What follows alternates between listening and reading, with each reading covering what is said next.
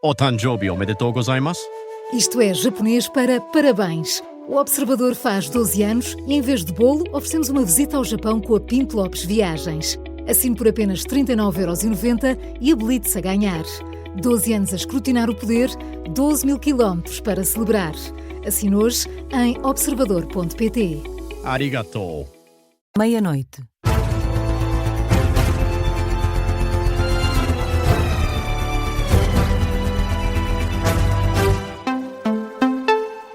As notícias com Beatriz Félix. Boa noite, vamos às notícias na Rádio Observador. E a começar com a Rede Europeia Antipobreza em Portugal, que tem receio que a imposição de trabalho social a quem recebe a prestação social única venha aumentar o estigma sobre os beneficiários. E não só, também este receio recai sobre o aumento das penalizações a quem está em situação de pobreza ou exclusão social. Ora, através de um comunicado, a organização aponta algumas condições obrigatórias à nova prestação. Diz que deve garantir um acesso mais simples à proteção social para as pessoas mais vulneráveis e evitar que cidadãos em situação de fragilidade fiquem excluídos de direitos a que têm acesso. Para a Rede Europeia Antipobreza, a futura prestação social única deve assentar também na definição de mínimos sociais que garantam condições de vida dignas e constituam uma resposta eficaz para a saída da pobreza. A organização defende, por isso, mudanças estruturais que passem pelo reforço de oportunidades de emprego digno, pelo acesso a serviços públicos, pela formação inclusiva e também por mecanismos de apoio social que não sejam geradores de estigma. E na política, o PCP acusa o governo de marcar a discussão da reforma laboral à má fila por estar com medo e com pressa, mas o partido garante que vai estar atento a possíveis golpadas institucionais. São convicções do PCP, na voz do secretário-geral do partido, à margem de uma visita à Feira do Livro em Lisboa. Paulo Raimundo não poupa nas críticas ao executivo liderado por Luís Montenegro, a quem aponta falta de coragem e também de firmeza. Aquilo que determina a derrota do pacote laboral é a força, a unidade e a luta dos trabalhadores. Foi assim. E assim vai ser. O governo apressado, o governo com receio e apressado, o facto de ter marcado para dia 18, se há má fila, desculpem a expressão, há má fila, não revela coragem, não revela firmeza, revela exatamente o contrário, revela que está com medo e está com pressa. O que vai derrotar, de facto, o pacote laboral vai ser a continuação da luta dos trabalhadores. Não tenho nenhuma dúvida sobre isso. E já agora, se me permitem, os trabalhadores têm que estar atentos, o PCP estará atento a isso, a manobras e golpadas do ponto de vista institucional. Cá estaremos para ver o que é que vai acontecer, qual será o desfecho do dia 18. São as declarações de Paulo Raimundo, que esteve esta tarde, sábado, de visita à Feira do Livro em Lisboa. O líder comunista defende a continuação da luta dos trabalhadores e ao governo deixa um conselho: que não confundam uma maioria institucional pontual com a maioria social. Já sobre a proposta do governo para a criação da prestação social única, o secretário-geral do PCP disse que o partido quer ver esta matéria a ser discutida com verdade, rigor e profundidade e, por isso, diz que não vai dar ao governo um cheque em branco para a golpada. Ouvimos também o ministro da Cultura, que admite que o apoio de 20 milhões de euros anunciado pelo governo para os agricultores responderem aos aumentos do custo de produção é insuficiente. José Manuel Fernandes adianta que está à espera de mais verbas vindas da União Europeia. O governo anunciou recentemente 20 milhões de euros para que os agricultores consigam mitigar o aumento dos custos de produção no setor, custos esses que têm aumentado por causa das guerras.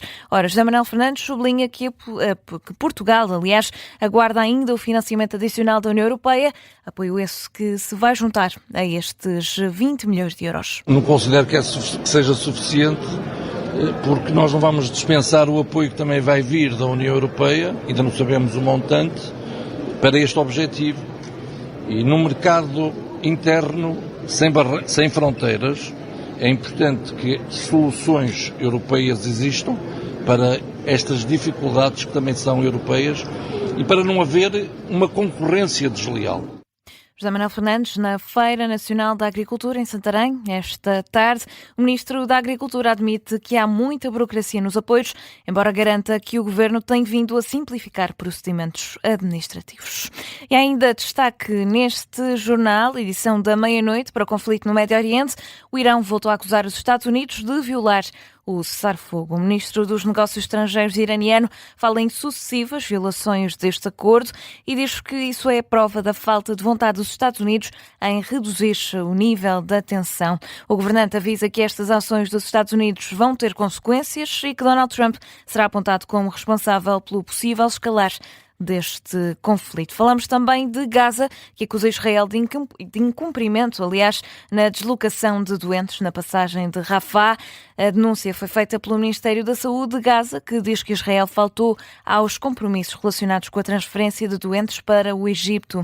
Em comunicado é dito que desde a entrada em vigor do cessar-fogo, 11 de outubro de 2025, houve permissão de saída de 840 pacientes, mas é um número que o Ministério considera insuficiente para atender as necessidades médicas que existem no terreno. O número de pacientes autorizados a viajar reduziu então de 150 por dia, ou seja, 3 dias por semana, para apenas 90 pacientes. As autoridades de saúde de Gaza contabilizaram ainda que desde outubro de 2023 e até ao dia de hoje morreram quase 73 mil pessoas e mais de 170 mil ficaram feridas na sequência da ofensiva israelita em Gaza.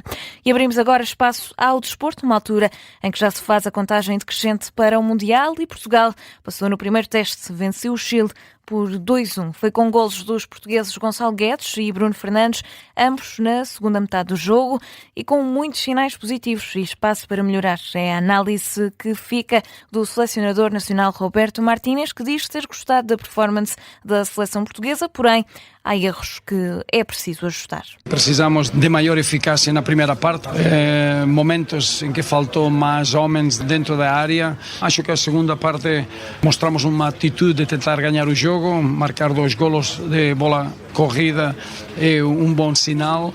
Temos muitos erros em posse, nós precisamos de ajustar isso. São aspectos que podem acontecer num jogo amigável e que é o objetivo do jogo antes do Mundial. Martínez defende que vai ser um Mundial para esperar o inesperado.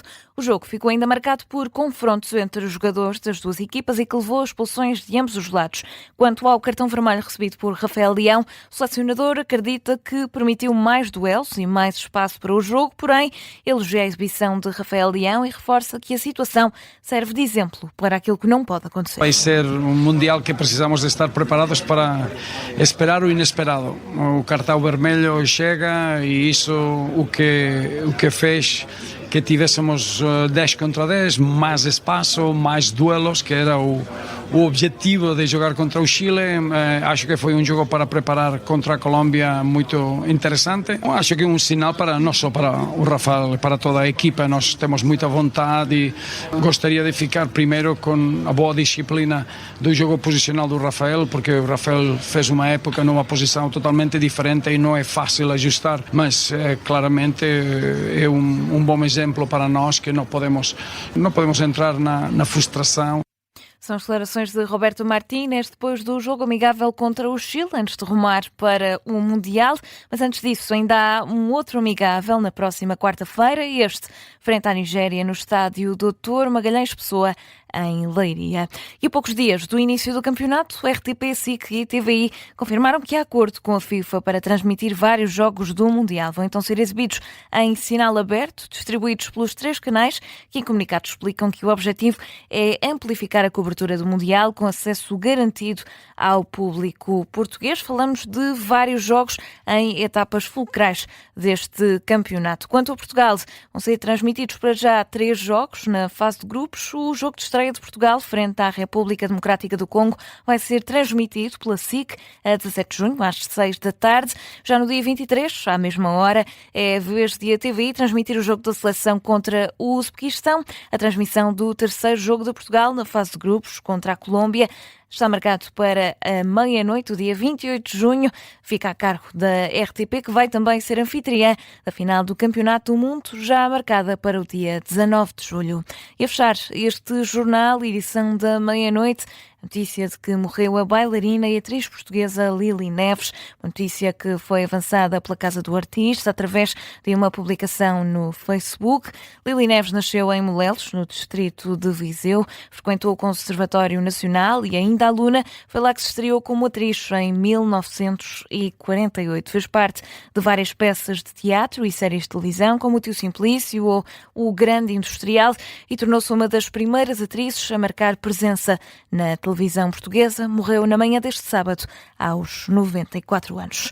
E é com esta notícia que fechamos este jornal de edição da meia-noite. A informação fica por aqui.